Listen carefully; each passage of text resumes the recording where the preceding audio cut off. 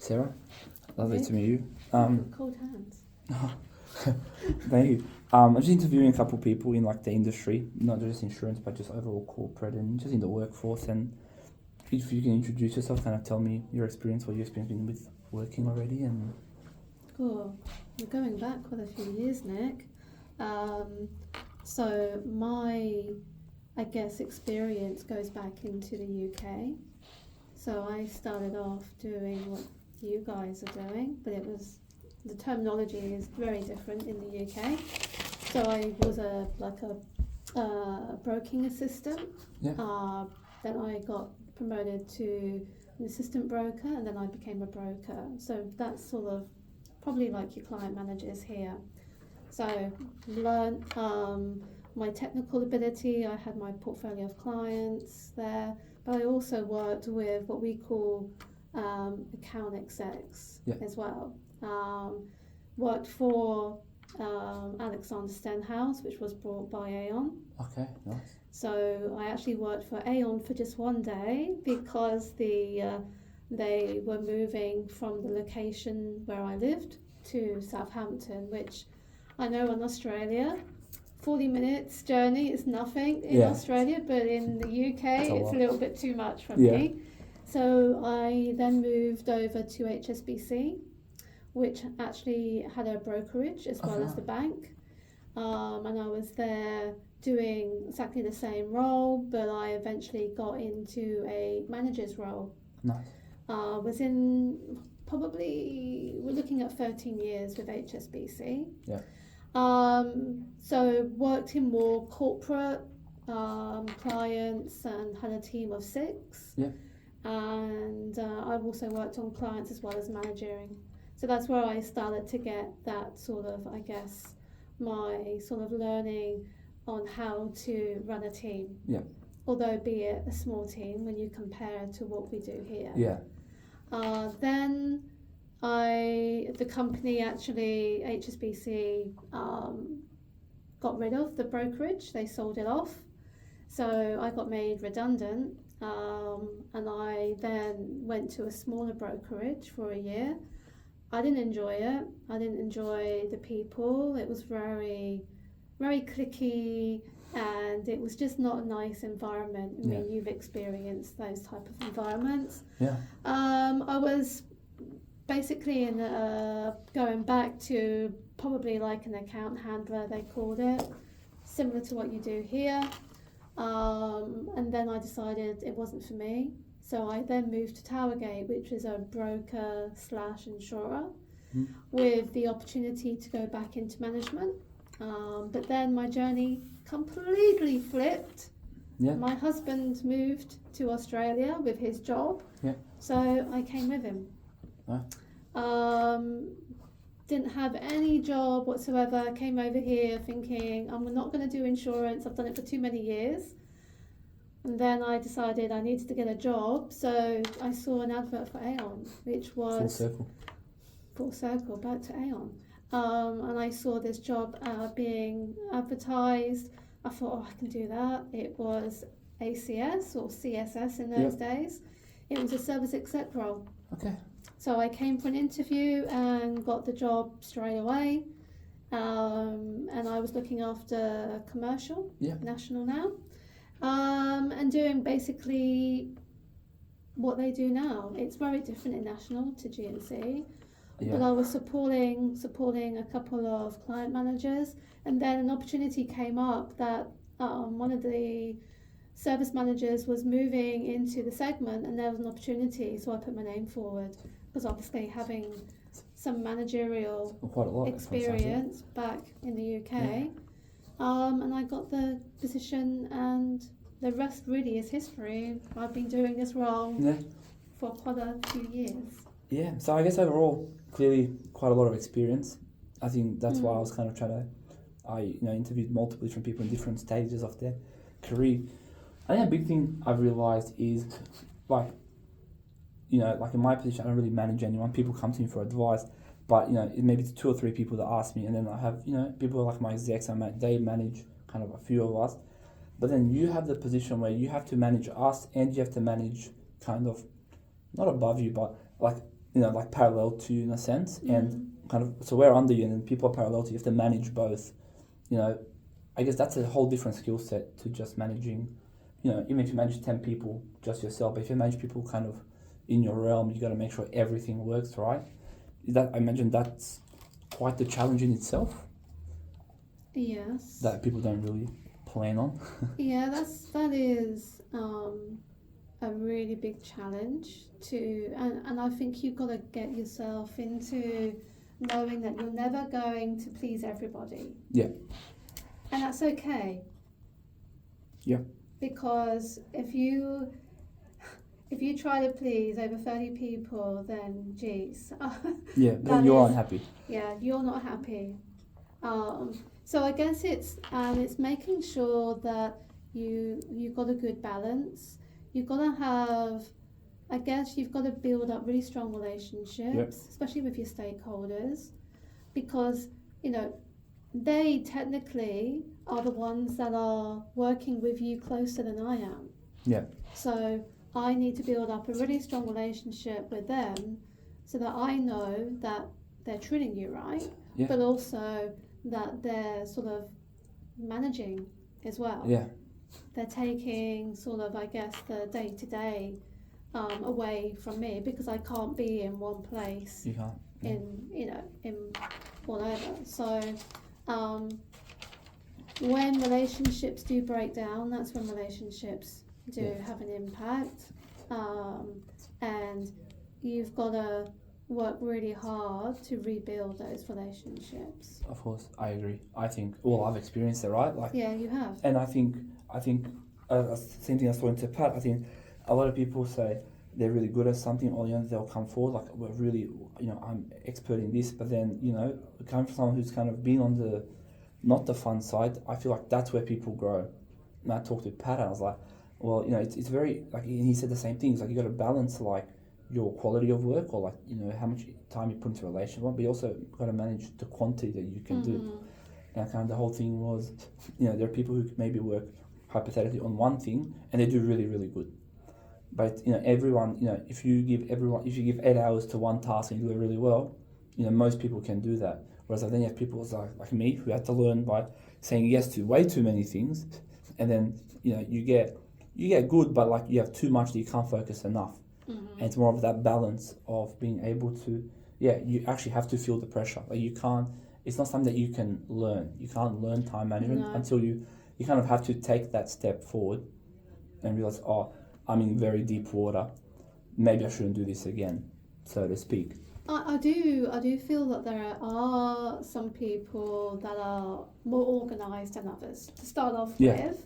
And I think but that's just how we're all wired. We're all wired very differently. Some people are more organised than other people. Time management, it's all about hands-on experience. Yeah. Some people say, I've got really good time management, but only dealing with one client manager.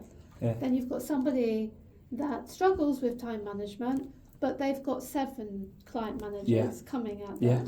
So, which one's right? Is that person that's just got one person saying they're good time management? What would they be like if they had 7? Yeah, and vice versa. Exactly. So I think time management is something that everybody needs to learn. Yeah. Because it can really have a massive impact on your brand. Of course. Yeah. If you're not able to sort of meet the demands, but it's having those systems in play. Yeah. It's knowing, having trackers or having a process of what is what am I going to do today? What's my priority? Yeah. What am I going to have to smash out today? What doesn't need so much time on?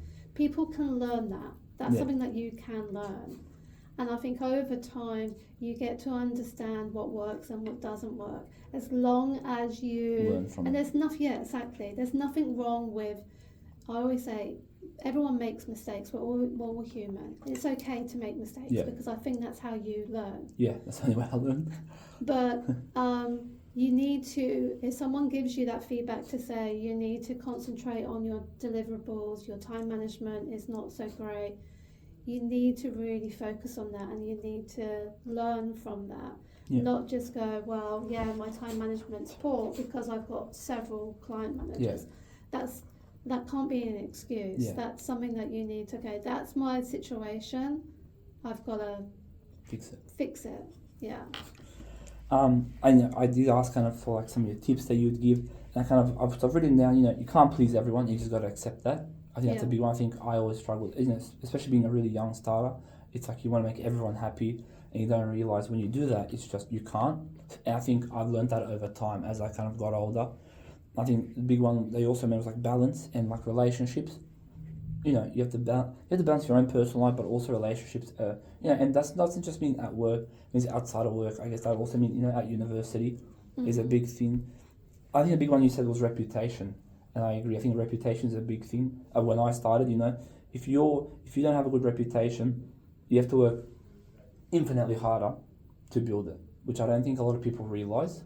And I think I might ask you for maybe two more just for this section. It's like people who are currently in uni and they're going through uni and they're thinking, well, what am I like?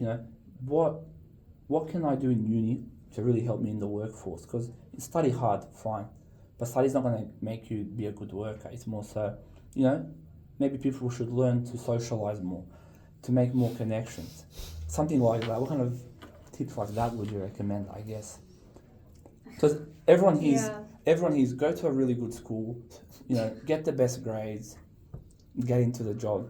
Or was that never really?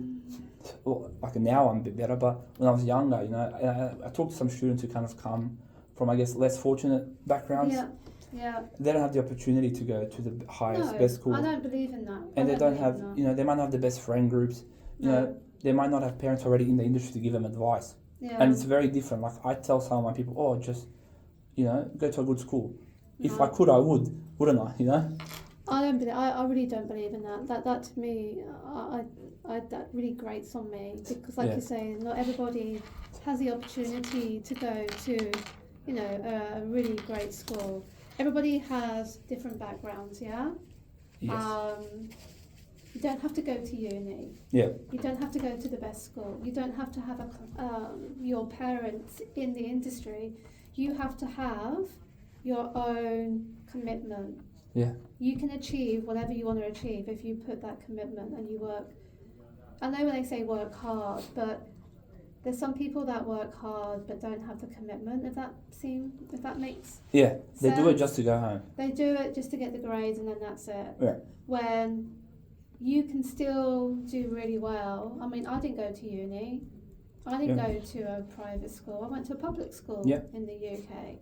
My parents had good jobs, but wasn't in insurance. Yeah.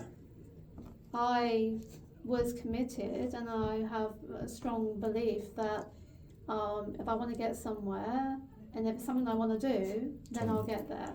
I agree. Now, sometimes it may take longer because I may not be as academic as somebody else, but it doesn't make me a lesser person. So, for someone from uni, I reckon, and look, when I was, not to go, in my day, when I was growing up, but it was very different. There wasn't all this, Facebook, TikTok, LinkedIn. and all that. Was LinkedIn? I'm not going to give my age away, probably not. But there was nothing like that. Yeah. You grew up. How did you socialise? You Talked face to face.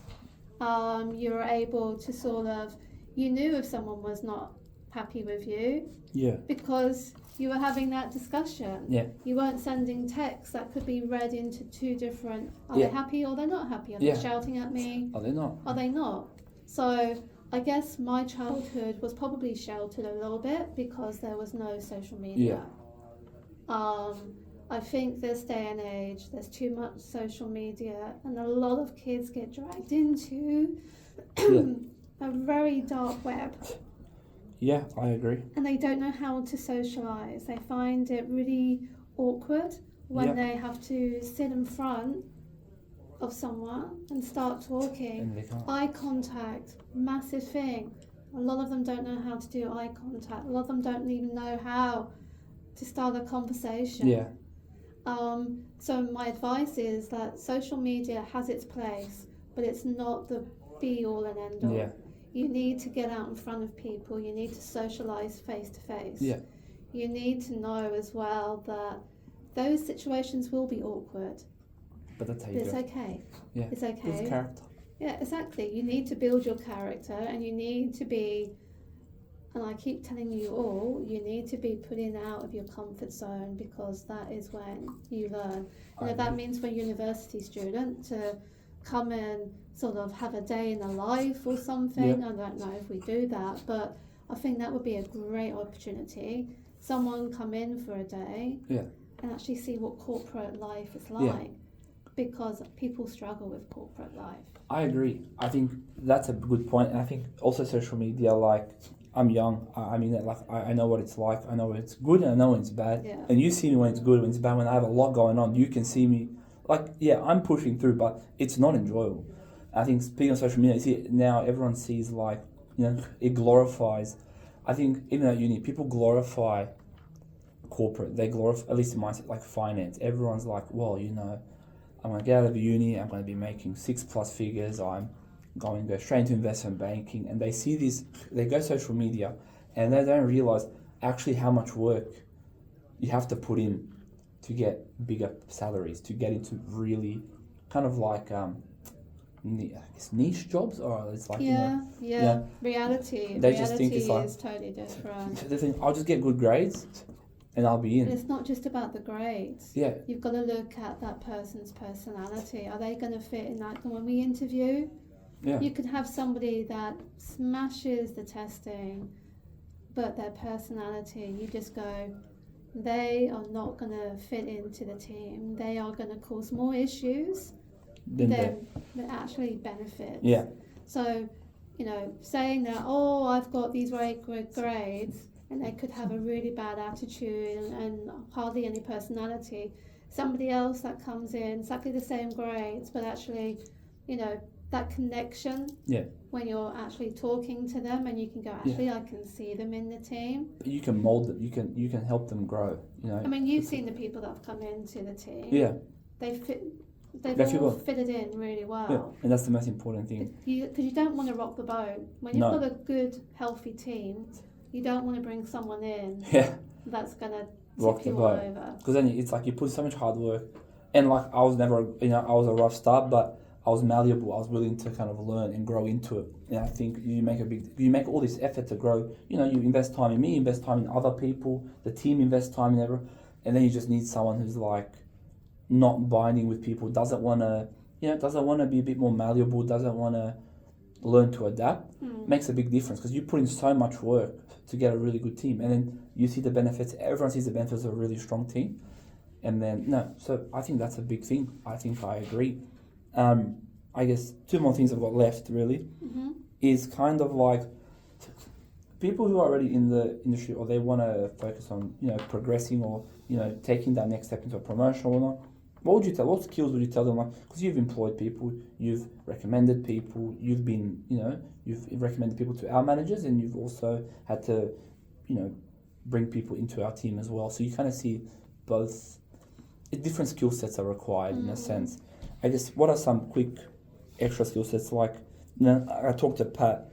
It's, you know, you have your, like, you know, I have here, they use like social skills, have some, you know, be realistic, like, you know, talk to people, have a personality. That goes a long way that people don't really think about. But stuff like, you know, be good at your job. Yeah, if you get the fundamentals, fine. You should, before you think about progressing, you should know the fundamentals. Yeah, your job that you're doing currently. And you know what I said, I was like, you can't fake. You can only fake it till you make it to a certain point. You know, that's people get found out. It may take longer for some people, but they do get found out. Yeah, and I was talking, it's like when you want to go client as a client manager. My understanding from what he was saying, it's not so much, you know, you could be really good. You could be kind of basically like a force, like you get job done. But you want someone who's kind of, in a sense, this is how I answer it, it's like you want to be like a force multiplier. You want to be someone who people want to work with, people who want to listen, people who want to, because then if you say, for instance, I grow, everyone grows, we all grow together, it helps everyone. And like a team of people is always going to be better than one-man army. Anything else you can add to that? Would you, any other skills that you would see that maybe others don't think of, or? I had something and it's gone from my head because you carried on talking. Sorry. Give me context. Hopefully it will come back to me. Oh yeah, I think it's what I liked. I do a lot of people watching. Yeah. And I look to see how people speak to the cleaner, how people speak to the security, because you'll see that some people totally dismiss the cleaner. Yeah. I'm actually in there talking to her. Yeah, they're not. You know, how's your day going? Blah blah blah. Because I want to see the true value of that person.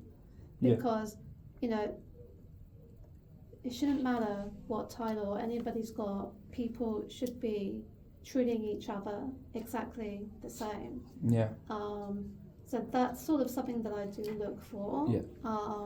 And there's some people in our team that really do well, and I see that, and I'm like, yeah, that's how you should be interacting with one another. And there's a few that I go, do you know what? You could sort of learn from others in the team. Be more, you know, gracious. Humility in that sense as well, right? Yeah. And of course, you know, the communication and all that goes hand in hand. You do need to really work on that. But it is, I guess it is about how people treat one another. Because that brand is a big thing. It's always going to be a big thing in Aon, as you know. But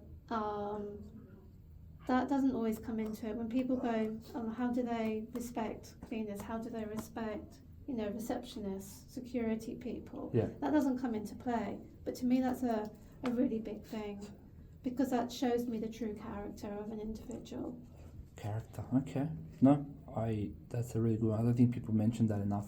I don't think people, I think that's a really big one. Kind of just overall be nice to everyone's human. You never, I think Tyler mentioned, like, you never know when you might need someone's help. When someone could do... You don't know what that person's going through. Exactly.